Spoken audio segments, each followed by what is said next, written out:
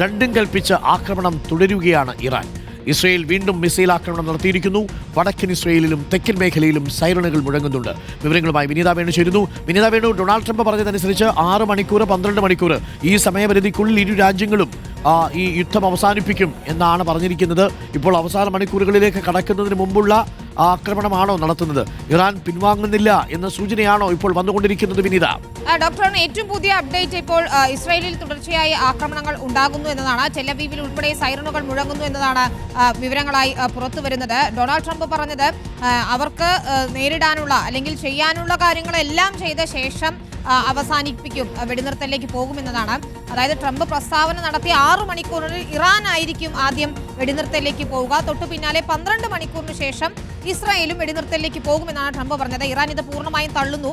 അതുകൊണ്ട് തന്നെയാണ് ഇപ്പോൾ ഇസ്രായേലിൽ ആക്രമണം കടുപ്പിക്കുകയും ചെയ്തിരിക്കുന്നത്. ഏതായാലും ഖത്തറിലെ വ്യോമത്താവളത്തിൽ ആക്രമണം ഉണ്ടായതിനു പിന്നാലെ ഇറാഖിലെ നിരവധി സ്ഥലങ്ങളിൽ വ്യോമാക്രമണം നടത്തിയിട്ടുണ്ട് എന്നതാണ് ഏറ്റവും പ്രധാനപ്പെട്ട കാര്യം. അതിൽ ബാഗ്ദാദ് വിമാനത്താവളത്തിന് നേരെ ഡ്രോൺ ആക്രമണം ഉണ്ടായി എന്നുള്ള സ്ഥിരീകരിക്കാവുന്ന വിവരങ്ങൾ കൂടി പ്രാദേശിക മാധ്യമങ്ങൾ നൽകുകയും ചെയ്തിട്ടുണ്ട്.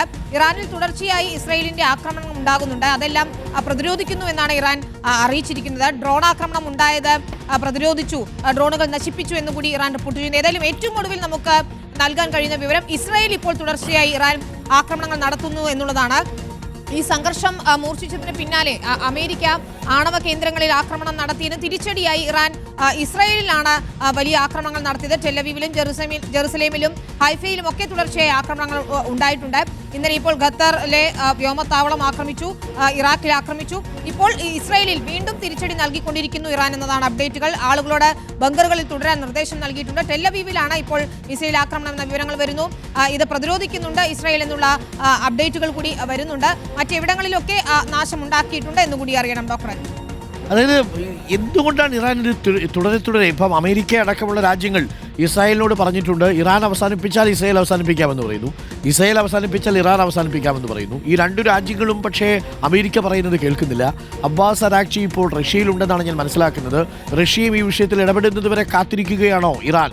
ആ കാര്യം അന്തർദേശീയ തലത്തിൽ അമേരിക്ക ഇതിൻ്റെ ക്രെഡിറ്റ് കൊണ്ടുപോകാനുള്ളൊരു സാധ്യത കൂടിയുണ്ടല്ലോ. അപ്പോൾ അതുകൂടി ഇറാൻ തടയുന്നുണ്ടോ? റഷ്യ കൂടി ഈ വിഷയത്തിൽ ഇടപെട്ട് ലോകരാജ്യങ്ങളുടെ സമ്മർദ്ദത്തെ തുടർന്ന് ഞങ്ങൾ ഇതാ യുദ്ധം അവസാനിപ്പിക്കുന്നു എന്ന മട്ടിലേക്ക് കാര്യങ്ങൾ വരുമോ? കാരണം ഇതുവരെയും നമ്മൾ മനസ്സിലാക്കിയതനുസരിച്ച് ഇറാന് തന്നെയാണ് ഏറ്റവും കൂടുതൽ നാശമുണ്ടായിരിക്കുന്നത്. അമേരിക്കയുടെ ആക്രമണം കൂടിയായപ്പോൾ അത് പൂർത്തിയായി. 600-ലധികം ആളുകളുടെ ജീവൻ നഷ്ടപ്പെട്ടു എന്ന വാർത്തയാണ് ഇപ്പോൾ വന്നുകൊണ്ടിരിക്കുന്നതും. അപ്പോൾ ഇറാന് തിരിച്ചടിച്ചേ പറ്റൂ എന്നൊരു ആവശ്യം ഇറാന് ഇനി അവിടുത്തെ ഒരു കോൺഫിഡൻസ് കൊടുക്കുക, അവിടുത്തെ ജനതയ്ക്ക് ഒരു കോൺഫിഡൻസ് കൊടുക്കുക. അവരുടെ ഏറ്റവും ടോപ്പായിട്ടുള്ള ലീഡേഴ്സിനെ അവർക്ക് നഷ്ടപ്പെട്ടു, ആർമി കമാൻഡേഴ്സിനെ നഷ്ടപ്പെട്ടു, ഇറാൻ റവല്യൂഷണറി ഗാർഡ് നേതാക്കളെ നഷ്ടപ്പെട്ടു, ആണവശാസ്ത്രജ്ഞരെ നഷ്ടപ്പെട്ടു. പക്ഷേ അപ്പോഴും ഇറാൻ തിരിച്ചടിച്ചുകൊണ്ടേയിരിക്കുകയാണ്. ഒരിക്കലും വിജയിക്കില്ലെന്ന് ഉറപ്പുള്ള ഒരു യുദ്ധത്തിലല്ലേ ഇറാൻ?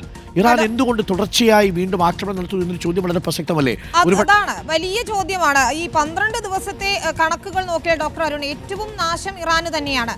അവരുടെ സൈനിക തലവന്മാർ, പ്രധാനപ്പെട്ട ആളുകളെല്ലാം തന്നെ കൊല്ലപ്പെട്ടു. എന്തിന്? പരമോന്നത നേതാവ് ആയത്തുള്ള അലി ഖമനയുടെ മുഖ്യ ഉപദേശകൻ തന്നെ കൊല്ലപ്പെട്ടു. ആണവ ശാസ്ത്രജ്ഞർ, കൃത്യമായി ഇതിൽ പരീക്ഷണങ്ങൾ നടത്തിയിരുന്ന ആണവ ശാസ്ത്രജ്ഞരിൽ ഭൂരിഭാഗവും കൊല്ലപ്പെട്ടു.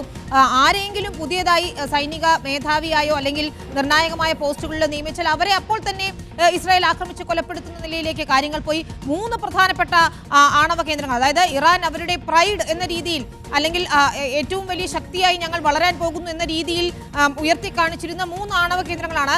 നഥാൻസ് ആയാലും ഫോർദോ ആയാലും ഇസ്ഫഹാൻ ആയാലും. അതിൽ ഫോർദോ എന്ന് പറയുന്നത് ഭൂമിക്കടിയിൽ സ്ഥിതി ചെയ്തിരുന്ന ആണവ കേന്ദ്രമാണ്. അവിടെ കനത്ത സുരക്ഷയൊക്കെ തന്നെ ഉണ്ടായിരുന്നതാണ്. അതൊക്കെ ഭേദിച്ചുകൊണ്ടാണ് നമുക്കറിയാവുന്ന പോലെ ബങ്കർ ബസ്റ്റർ ബോംബുകൾ ഉപയോഗിച്ചുകൊണ്ട് അമേരിക്ക അത് തകർത്തത്. അങ്ങനെ നോക്കുമ്പോൾ ഇറാനാണ് ഏറ്റവും കൂടുതൽ നാശമുണ്ടായിരുന്നത്. പക്ഷേ ഇറാനെ സംബന്ധിച്ചിടത്തോളം അവരുടെ ഒരു പ്രസ്റ്റീജ് ഇഷ്യൂ ആയി അല്ലെങ്കിൽ അവർ ഇത് കീഴടങ്ങില്ല എന്ന നിലയിലേക്ക് തന്നെ കാര്യങ്ങൾ എത്തിക്കുന്നതും അതുകൊണ്ട് ആകെ ഉലഞ്ഞു പോയിരിക്കുന്ന ഇറാനെ സംബന്ധിച്ച് ആത്മവിശ്വാസം കൊടുക്കുക എന്നുള്ളതായിരിക്കാം ഒരുപക്ഷേ ഈ ആക്രമണങ്ങൾ കൊണ്ട് ഉദ്ദേശിക്കുന്നത്. അതിൽ പലതും ലക്ഷ്യം കാണുന്നില്ല എന്നുള്ളതാണ്. 90% ഇറാന്റെ ആക്രമണങ്ങളും ഇസ്രായേൽ പ്രതിരോധിക്കുന്നുണ്ട്. 10% അയൺ ഡോം ഭേദിച്ചു പോയി വീഴുകയും ചെയ്തു.